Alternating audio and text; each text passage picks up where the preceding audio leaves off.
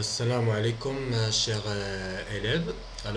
Dans cette vidéo, je vais vous présenter un nouveau cours de la fonction ATC. Et plus précisément, c'est un cours de la fonction traité.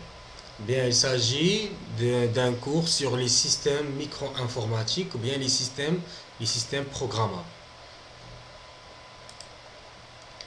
Alors, comme vous voyez ici, nous avons un système de remplissage et bouchage des bouteilles. C'est un système dans lequel il y a un poste de remplissage et un poste de bouchage, c'est-à-dire permet de faire un bouchon ici. Dans ce système, nous voyons des actionneurs. Voilà, le premier vérin, le deuxième vérin, un moteur ici. Ça, ce sont les actionneurs. Et nous avons aussi des capteurs. Voilà, taper en position, bouchage en position haute, bouchon renforcé et vanne fermée. Comme vous savez, un système automatisé est divisé en deux grandes parties principales qui sont la partie opérative et la partie commande. Alors, dans la partie opérative, nous avons la machine ou bien le processeur et les actionneurs et les capteurs. Alors, le rôle des capteurs, c'est de délivrer des informations à propos de l'état du système. Par exemple, pour savoir que la vanne est fermée ou non, c'est le rôle de ce capteur. Alors, les capteurs envoient ces informations à la partie commande. Dans la partie commande, nous avons un système programmable, bien un système micro-informatique qui va traiter ces informations et va prendre une décision. Mais bien sûr, cette décision, ça dépend le programme inscrit dans la mémoire de ce système programmable. ما غاديش ياخد une instruction, ما غاديش ياخد une décision aléatoire. Donc ça dépend le programme qu'on a mis ici. Et enfin, il va délivrer des ordres vers la partie distribuée ou bien vers les pré-actionneurs. Donc en général, n'importe quel système automatisé est divisé en deux parties, c'est la partie commande et la partie opérative. Ce qui nous intéresse, c'est que le système programmable, c'est-à-dire qu'est-ce qu'on aura ici, eh bien, quelle est la solution technologique qu'on peut utiliser ici. Alors, comme vous avez vu l'année dernière, nous pouvons utiliser des automates programmables industriels, ou bien comme vous avez vu dans le dernier cours, nous pouvons utiliser un circuit logique programmable, ou bien ce qui nous intéresse dans le cours suivant, c'est le microcontrôleur. Alors pour le microcontrôleur, il y en a plusieurs types. Donc parmi ces types, nous avons un microcontrôleur de type PIC. Donc PIC ne signifie pas microcontrôleur, mais c'est un type de microcontrôleur. Ou bien nous avons ici un deuxième microcontrôleur, qu'il s'agit ici de microcontrôleur de type Atmega. Ce type de microcontrôleur est utilisé dans les cartes Arduino. Bien, alors ici vous pouvez poser une question de c'est quoi un programme. Alors nous pouvons définir un programme comme une suite d'instructions, c'est-à-dire plusieurs instructions, la première instruction, la deuxième instruction. Alors ici je vous donne un exemple pour un programme de ménage.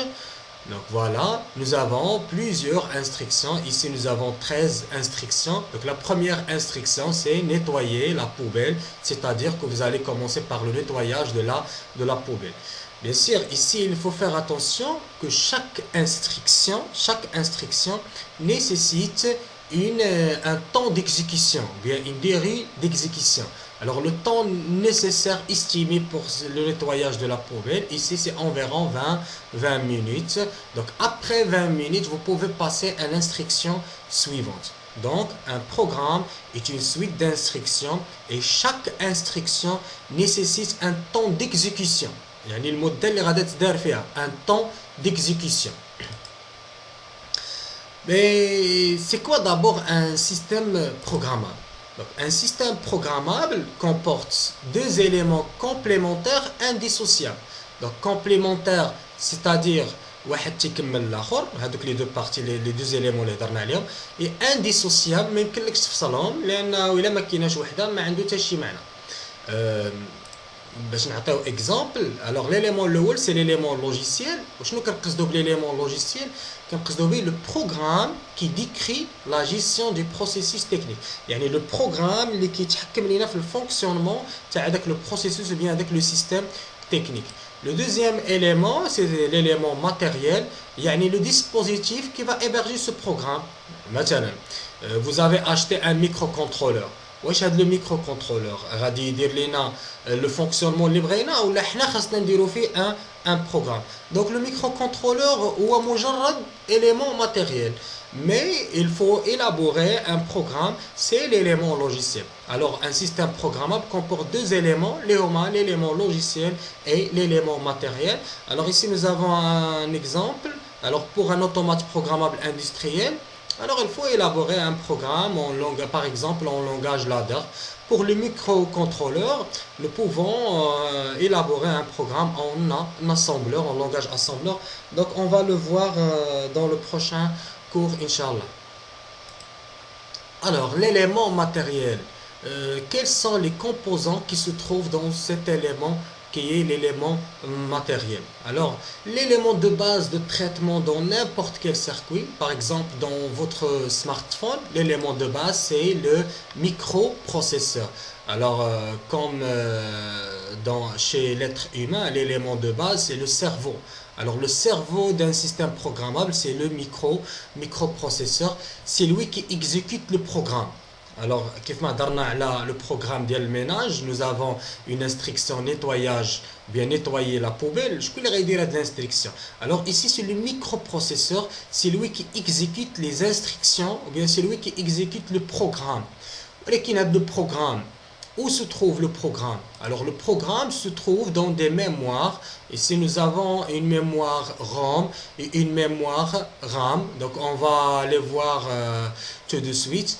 Et nous avons une interface d'entrée et de sortie. Alors la communication entre ces quatre composants est réalisée à l'aide d'un ensemble de fils. Donc un ensemble de fils. Un ensemble de fils est appelé bus. Et nous avons un bus d'adresse, un bus de contrôle et un bus de données. Alors le rôle de l'interface entrée-sortie, c'est qu'il permet au microprocesseur de communiquer avec le monde extérieur. C'est-à-dire la communication entre le microprocesseur et les capteurs est réalisée à l'aide de cette interface d'entrée-sortie. En fait, ici, ça s'appelle interface d'entrée. Et la communication entre le microprocesseur et les préactionneurs est réalisée à l'aide d'une interface de sortie. Alors, détaillons chacun de ces composants. Bien sûr, avant de passer au détail, le microprocesseur nécessite une alimentation. Donc, même qu'il le cherche sans alimentation. L'alimentation ici, c'est de 5 volts et nécessite une horloge ou bien un circuit d'horloge. Alors, pourquoi l'horloge? Alors, le rôle de microprocesseur, c'est l'exécution des instructions du programme. Alors, chaque instruction nécessite un temps d'exécution. Pour savoir ce temps, alors il faut avoir une horloge. Alors, la structure ici en gris s'appelle structure minimale d'un système programmable. Pourquoi nous avons dit minimale? Parce que nous pouvons avoir d'autres éléments matériels comme un convertisseur analogique numérique à titre d'exemple. Alors, le microprocesseur, c'est le chef d'orchestre des systèmes, c'est le cerveau du système. Alors, on voit le microprocesseur à l'intérieur. Bien, ça c'est le microprocesseur, c'est le schéma de principe. Alors, il est divisé en deux unités, unité de commande et unité de traitement. Ce qui nous intéresse ici, c'est l'unité de traitement. L'unité de traitement est résumée dans trois parties. Alors, ALU, AQ, indicateur. Alors, l'unité de traitement est constituée d'une ALU, c'est-à-dire Arithmetic and Logic Unit. Unité arithmétique et logique. شنو le rôle ديالها? Réalisant les opérations arithmétiques بحال l'addition, بحال la soustraction et les opérations logiques بحال le et, بحال le ou. Donc, la réalisation de ces opérations arithmétiques et logiques, c'est le rôle de cette unité ALU. Nous avons ensuite un registre spécial, c'est un registre work, donc AQ c'est accumulateur ou bien registre. Le registre maintenant work. شنو هو le rôle ديالو؟ Servant entre autres à stocker une opérande au début d'une opération. Par exemple, si vous voulez réaliser une opération d'addition, par exemple 5 plus 7. Alors l'opérande numéro 1 c'est 5, l'opérande numéro 2 c'est 7. Alors, je nous le rôle de le registre work, servant entre autres à stocker une opérande. Par exemple, l'opérande est 5, elle va être stockée dans le registre work. Au début d'une opération. Le résultat 5 plus 7 est 12, غادي نلقاوه في le registre work ولكن امتى في la fin ديال l'opération. غادي نشوفوا des exemples qui vont nous aider à comprendre هادشي هذا. Et la troisième partie, ou bien le troisième élément, c'est un registre d'état, ou bien registre des indicateurs d'état. C'est un registre de 8 bits. Le registre work, c'est un registre de 8 bits.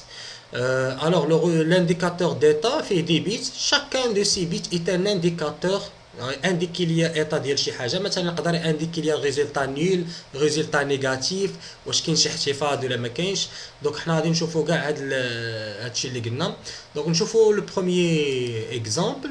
Alors ici nous avons un exemple, nous voulons réaliser une opération d'addition, 3 plus 5 est égal 8. Alors l'opérande numéro 1 c'est 3, l'opérande numéro 2 c'est 5 et le résultat c'est 8.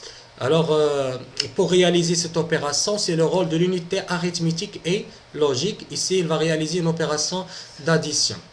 Alors, le registre work, comme nous avons dit, le rôle ديالو شنو هو؟ في الأول ديال العملية هاد l'opérande الأول غادي ندار في le registre work. Et n'oubliez pas que le registre work, c'est un registre de 8 bits. Voilà, donc nous avons mis ici 3, bien sûr sous format binaire, puisque le microprocesseur ne connaît que du binaire. Et l'opérande numéro 2, maintenant nous allons réaliser une opération d'addition de 3 plus 5. Pour le résultat, donc fin le résultat. Donc le rôle des registres work, donc le début de l'opération, l'opérant la première opérande, mais à la fin de l'opération, le résultat se trouve dans le registre W à la fin de l'opération. Donc je n'aurai 4 0 1 3 0 et c'est la représentation binaire du chiffre 8 en 8 bits. Nchoufou le deuxième exemple. Et si nous voulons additionner 128 à 128, donc l'addition de ces deux opérandes, c'est 256. Alors, comme nous avons dit, l'opérande numéro 1 va être stocké dans le registre work. L'opérande numéro 2 ici.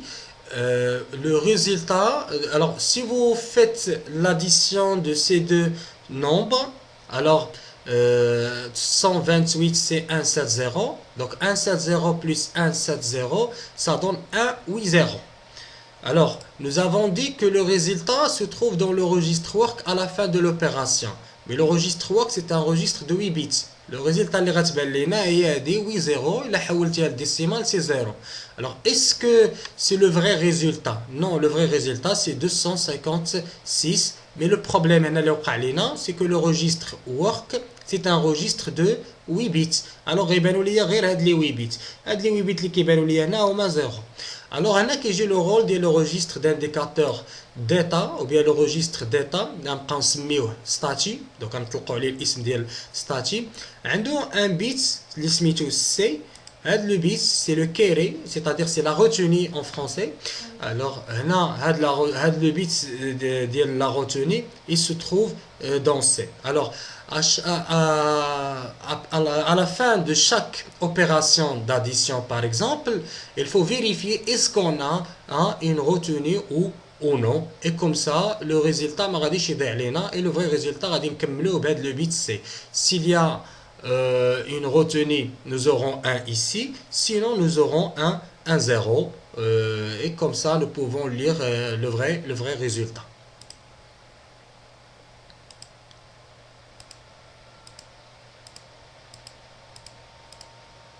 Bien. Donc ça c'est pour résumer. Donc le système, bien le microprocesseur est divisé en deux unités. Alors l'unité de traitement, ils peuvent être résumés en trois grandes parties qui sont l'unité arithmétique et logique et le registre work et un registre statique, ce qu'on appelle le registre indicateur d'état. Passons maintenant aux mémoires. Alors, c'est quoi c'est quoi le rôle des mémoires? Alors, ce sont des composants capables de stocker des informations. Alors, avec les informations, données sous forme binaire et de les restituer. Donc, on a l'action stocker et l'action restituer. Donc, stocker des informations. Alors, dans vos smartphones, vous pouvez stocker des images, des audios, et vous pouvez les restituer, c'est-à-dire تعاودوا تدخلوا لهم وتشوفوا تبارطاجيهم مع بعضياتكم وتشوفوهم. Alors, c'est quoi une mémoire? Le principe le fonctionnement d'une mémoire, le principe des terroirs les كاينين عندكم par exemple في la cuisine. Alors, si votre maman te demande d'aller chercher quelque chose, alors غادي تقول لها فين كاين هذاك الشيء اللي كتقلب عليه. Par exemple, si tu cherches des serviettes, غادي تقول لها فين كاينين. Alors ici tu كتطلب منها l'adresse ديال le terroir. واش في le premier, le deuxième, le troisième. Alors chaque terroir a une adresse. وهنا ممكن مثلا الى مثلا خدينا لو تيغوار نيميرو 1 ممكن انت تحط فيه دي سيرفيات وممكن انت تهز منه الا كانوا فيه دي سيرفيات. Alors la même chose بالنسبه للميموار. Alors la mémoire, son principe de fonctionnement ressemble au principe des terroirs. Alors une mémoire est constituée des zones mémoire, voilà la zone numéro 1, la zone numéro 2, etc. Chaque zone est constituée des cases mémoire. Donc, on a une mémoire constituée d'un ensemble de zones mémoire et chaque zone mémoire est constituée d'un ensemble de cases mémoire. On a 8 cases. Donc, chaque case mémoire, il va recevoir un bit. كل case mémoire غدير فيها un bit. Donc, هذه un bit, un bit, un bit, un bit. Au total, nous pouvons enregistrer ou bien nous pouvons stocker une information de 8 bits. ممكن stocker une information de 16 bits, de 12 bits, de 14 bits. Ça dépend de la taille de l'information et ça dépend de la mémoire. Donc, en général, une mémoire, c'est un ensemble de zones mémoire. Chaque zone mémoire est constituée d'un ensemble de cases mémoire et chaque case mémoire va recevoir ou bien va permettre de stocker ou de restituer un seul bit. Pour écrire ou lire une donnée, je dois indiquer à la mémoire l'adresse اللي غادي تستوكا فيها هاد لا دوني. مثلا واش بغيت نخبي هاد لانفورماسيون في لا بروميير زون ou bien في لا دوزيام ou bien في لا troisième ou bien في لا dernière zone. وتانديكي لنا la nature de l'opération, c'est-à-dire واش je veux lire une information اللي déjà stockée هنا ou bien je veux écrire une autre information. Ou bien sûr تعطينا la donnée اللي باغي نتايا ستوكي. مثلا هنا عندنا ان اكزامبل.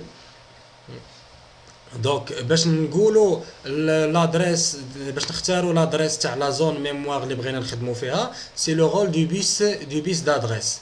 Alors مثلا بغينا nous voulons stocker l'information اللي هي هذه 10102120 في le quatrième zone mémoire. Alors le quatrième zone mémoire, alors nous avons ici 1, 2, 3, 4, 5, 6, 7, 8. Donc parce que j'ai commencé à 1, donc c'est 0, 1, 2, 3, 4, 5, 6, 7. Alors 7, pour adresser 7, de 0 à 7, nous avons 8 zones mémoire. Alors pour adresser les 8 zones mémoire, nous voulons de 3 fils, c'est-à-dire 2 à la puissance 3, tu 0. Si je donne 0, 0, 0, c'est la zone mémoire numéro 0. Si je donne 1, 0, 0, c'est 7 zones. Si je donne 0, 1, 0, c'est 6 zones. Et si je donne 0, 0, 1, c'est-à-dire 4, voilà, le microprocesseur va pointer sur la quatrième zone.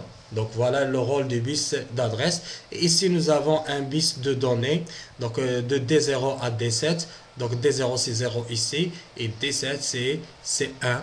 Donc voilà le rôle du bus de données et du bus d'adresse. Donc je résume ici, باش نكتب ولا نقرا une donnée, je dois indiquer à la mémoire l'adresse ou bien l'emplacement ديال la zone mémoire اللي بغيت نكتب فيها. كيفاش كنختاروا هاد la zone mémoire à l'aide d'un bus d'adresse. Par exemple, il y a un bus d'adresse fait 3 fils, tu peux adresser 8 zones mémoire. Donc 2 à la puissance 3 c'est 8. باش la donnée باش نصيفطها ولا نكتبها خاصني un bus de données اللي غادي تسيركيلي فيه l'information. Ici عندي un bus de 8 bits puisque la taille de la donnée c'est de 8 bits. Alors بقى لنا لو بروبليم كيفاش غنختاروا واش ليكتور او لا écriture. كيفاش غتفهمنا لا ميموار باننا بغينا نديروا ليكتور او لا écriture. Alors le schéma de principe ديال la mémoire هو هذا. Alors, un bus d'adresse, عرفنا le rôle ديالو, il permet de sélectionner la zone mémoire concernée. Un bus de données هو اللي كتسيركيلي فيه la donnée ou bien l'information. وكيبقاو عندي هاد الجوج هادو اللي كنسميهم un bus de contrôle. Bien. عندنا واحد l'entrée active sur niveau bas, c'est-à-dire إلا بغيت activer خصك تعطي 0 كتسميتها chip select. وعندنا واحد l'entrée سميتها read write.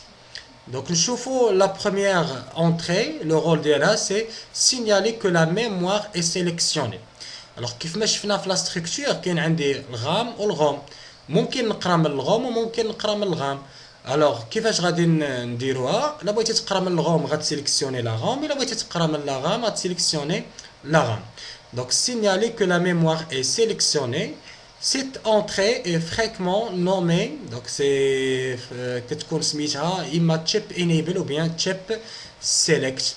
Elle est généralement active au niveau bas. Voilà, راه كتبان لنا le cercle, donc elle est active sur niveau bas. Alors le rôle ديال هاد l'entrée هادي informer la mémoire de la nature de l'opération.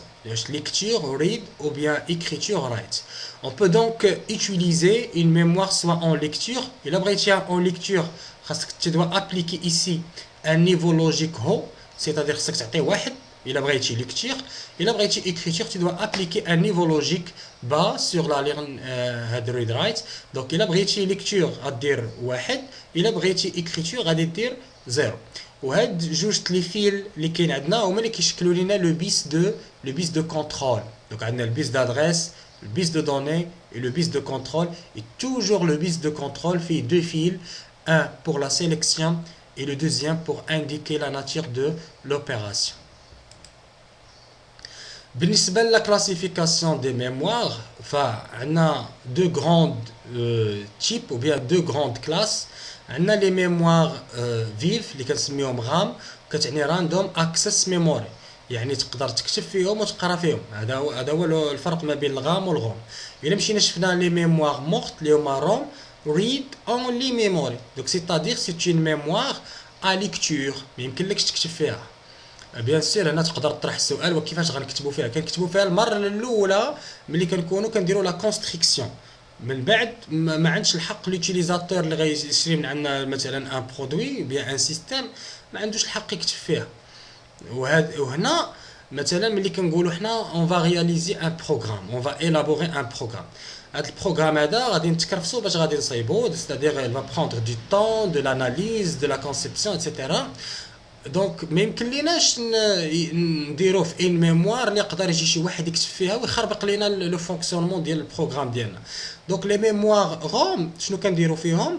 ان فيت كنديرو فيهم لو بروغرام برينسيبال دو فونكسيونمون. دونك هاد البروغراماسيون اللي غادي نديروها حنايا في الحصه الجايه. Donc le programme principal غنديروه il va être stocké dans la mémoire ROM باش حتى واحد ما يدخل يموديفي لنا فيه. وهنا كتكون عندنا لا سيكوريتي. نعطيو اكزامبل الفرق ما بين الميموار رام والميموار روم.